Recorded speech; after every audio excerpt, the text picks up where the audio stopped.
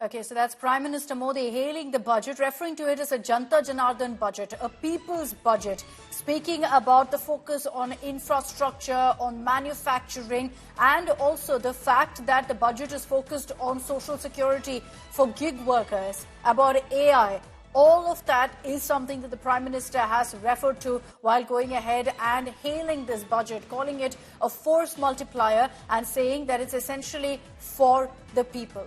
The Prime Minister congratulating Finance Minister Nirmala Sitharaman over the budget, speaking about infrastructure, talking about how the focus is essentially on building a self-reliant India. He's also said that on the focus on farmers, this budget will help farmers a great deal, will revolutionize agriculture in the country.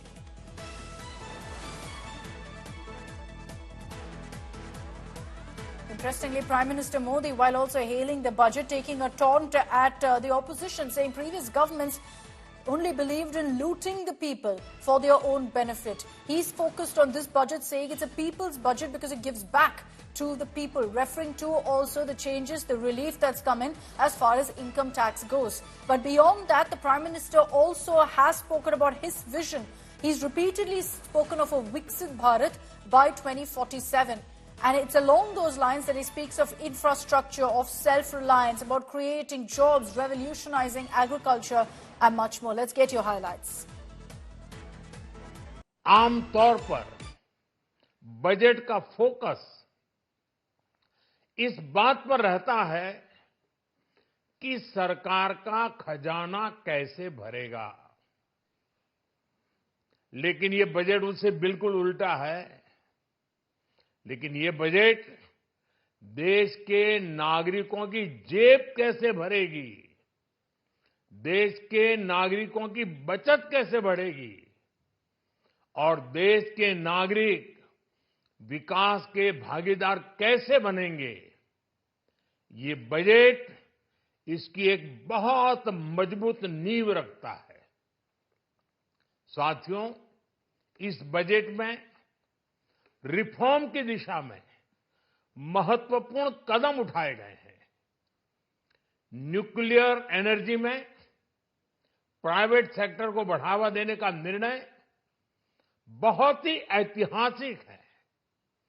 ये आने वाले समय में civil nuclear energy का बड़ा योगदान देश के विकास में सुनिश्चित करेगा।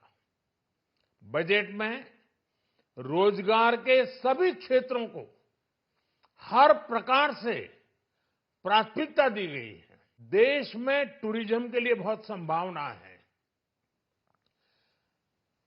महत्वपूर्ण 50 टूरिस्ट डेस्टिनेशन,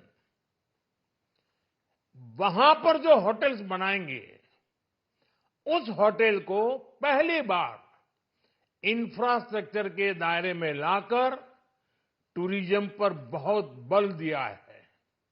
इससे हॉस्पिटैलिटी सेक्टर को, जो रोजगार का बहुत बड़ा क्षेत्र है, और टूरिज्म जो रोजगार का सबसे बड़ा क्षेत्र है, एक प्रकार से चारों तरफ रोजगार के अवसर पैदा करने वाला एक क्षेत्र को ऊर्जा देने वाला काम करेगा। आज देश विकास भी, विरासत भी इस मंत्र को लेकर चल रहा है। इस बजट में भी इसके लिए भी बहुत महत्वपूर्ण और ठोस कदम उठाए गए हैं। 1 करोड़ पांडुलिपियों के लिए, संरक्षण के लिए, मैन्युस्क्रिप्ट के लिए ज्ञान भारतम मिशन लॉन्च किया गया है। साथ ही भारतीय ज्ञान परंपरा से प्रेरित एक नेशनल डिजिटल रिपोजिटरी बनाई जाएगी। यानी टेक्नोलॉजी का भरपूर उपयोग किया जाएगा और हमारा जो परंपरागत ज्ञान है, उसमें से अमृत निचोड़ने का भी काम होगा।